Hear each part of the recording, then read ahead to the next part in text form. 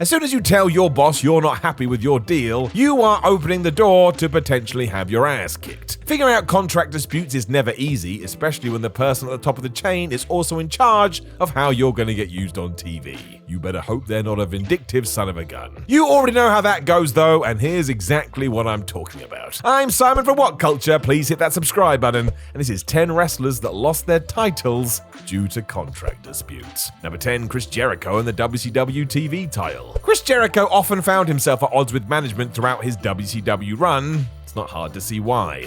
Despite getting himself over with the fans, the company just refused to push him to the next level. He was a mid-carder, and that was that. Something like this is always going to piss a performer off, and it got really bad in 1998 when WCW offered Jericho a contract extension, and he said no.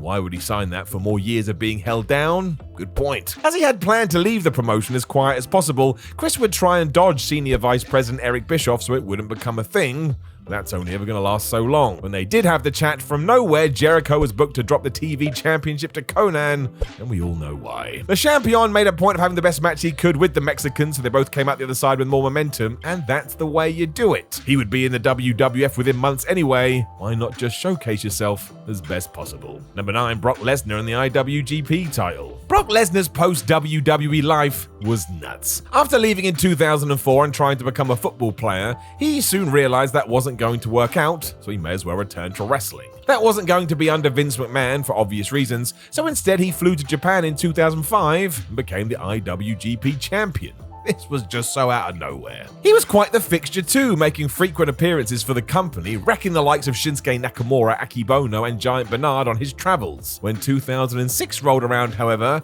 New Japan stripped Lesnar of this title, stating they had experienced visa issues. Brock being Brock came out right away and said that was nonsense, and all of this stemmed from NJPW not paying him their agreed money.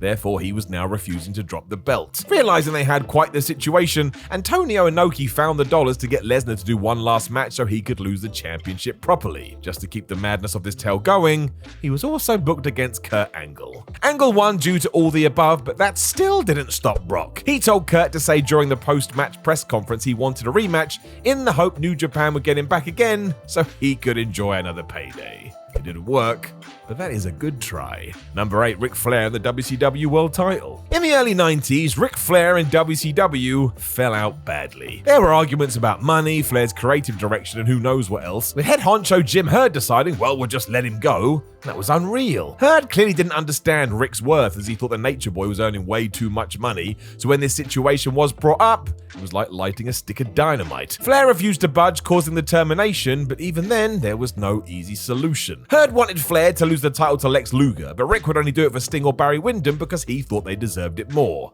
There was no middle ground whatsoever, so WCW simply fired Ric, totally forgetting that he was still in possession of the physical title. So what did Flair do? He signed with the WWF, and he brought this shiny prize with him. This was just a mess from top to bottom and made WCW look really stupid, and you'll be shocked to hear that Jim Herd didn't last all that long in the role. Number 7, Tessa Blanchard and the Impact World title. In June 2020, Impact announced that Tessa Blanchard, the current world champion, was done with the company, and this didn't make any sense. The promotion had spent over 2 years building Tessa up for this moment, and because she had exceeded all expectations, management decided, hey, what the hell, let's make her our world champion, traditions be damned. She even beat Sami Callihan to win the thing, and as you can imagine, it made a lot of news. Felt very progressive. Almost as soon as we arrived at this juncture though, the relationship hit a wall. The last appearance on Impact for Blanchard was March in that year, and there were reports that she was refusing to return to TV. They then hit an impasse when it came to sorting out a new deal,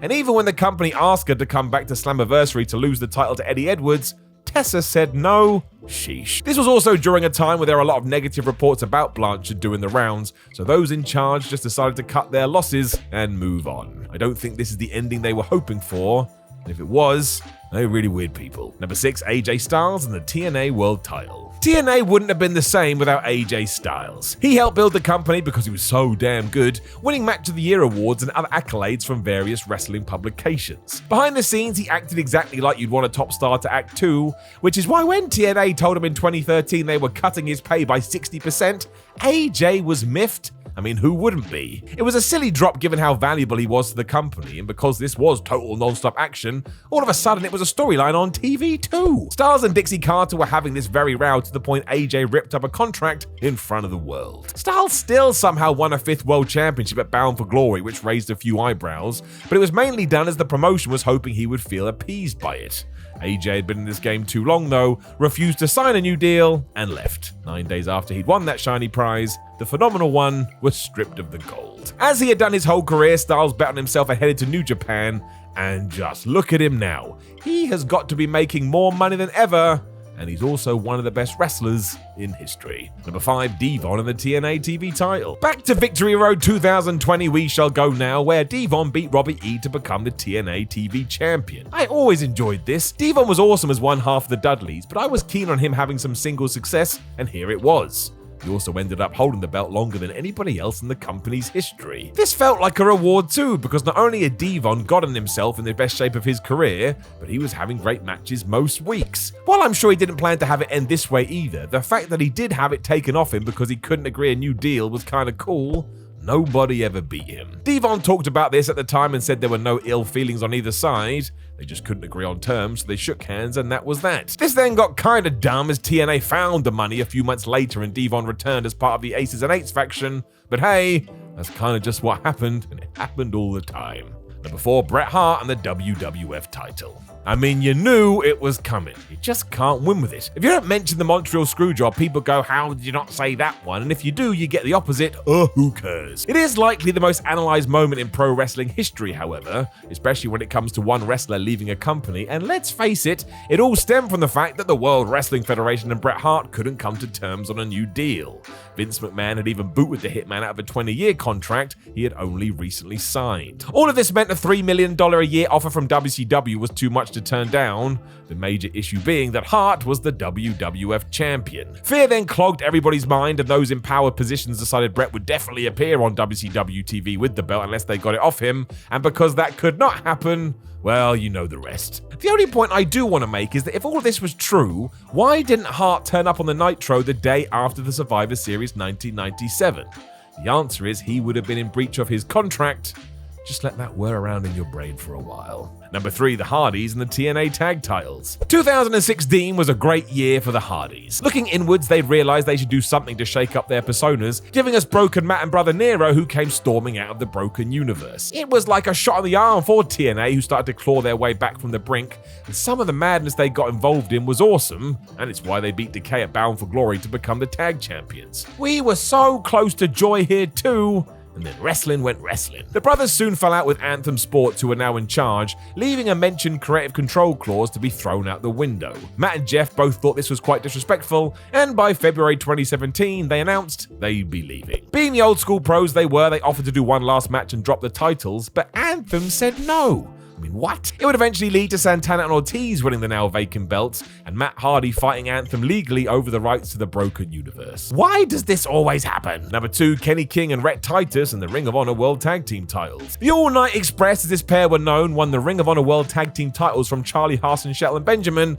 at Ring of Honor's 2012 Hostage Crisis event. Less than a month later though, ROH stripped King and Titus of the belts after a contract clash. Shib. Clearly not knowing what the other hand was doing, Kenny King had shown up on TNA competing in their X Division Championship tournament, which Ring of Honor considered an unacceptable breach of his verbal agreement. Almost instantly, they cut ties. Kenny has talked about this since and said he did it because he felt like there was a bigger opportunity out there, and that ROH hadn't really made him feel like they were interested. If you want to read between the lines, it sounded very much like he was talking about one Jim Cornette, who was in charge at the time. There is more proof to this too, because as soon as Cornette was gone from the promotion, King was welcomed back to Ring of Honor in 2015. He would even win the tag team titles in 2021, teaming with Dragon Lee.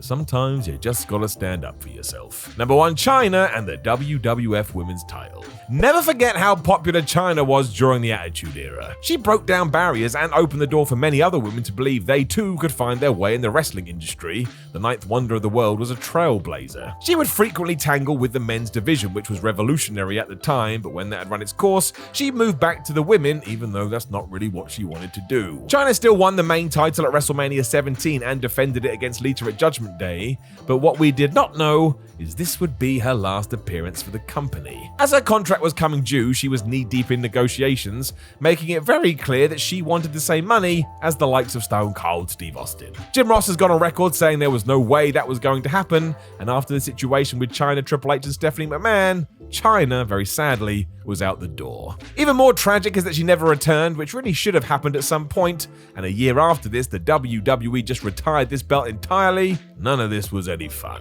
Know of any other wrestlers that lost their titles due to contract disputes? Make sure you leave a comment below, and don't forget to like the video, share the video, and subscribe. Then head over to whatculture.com where you can read articles like this, come say hello on social media, and look, there's other videos on the screen right now. Give it a click, your finger will love it. My name is Simon from What Culture. As ever, I thank you for your time, and I will talk to you on the next one.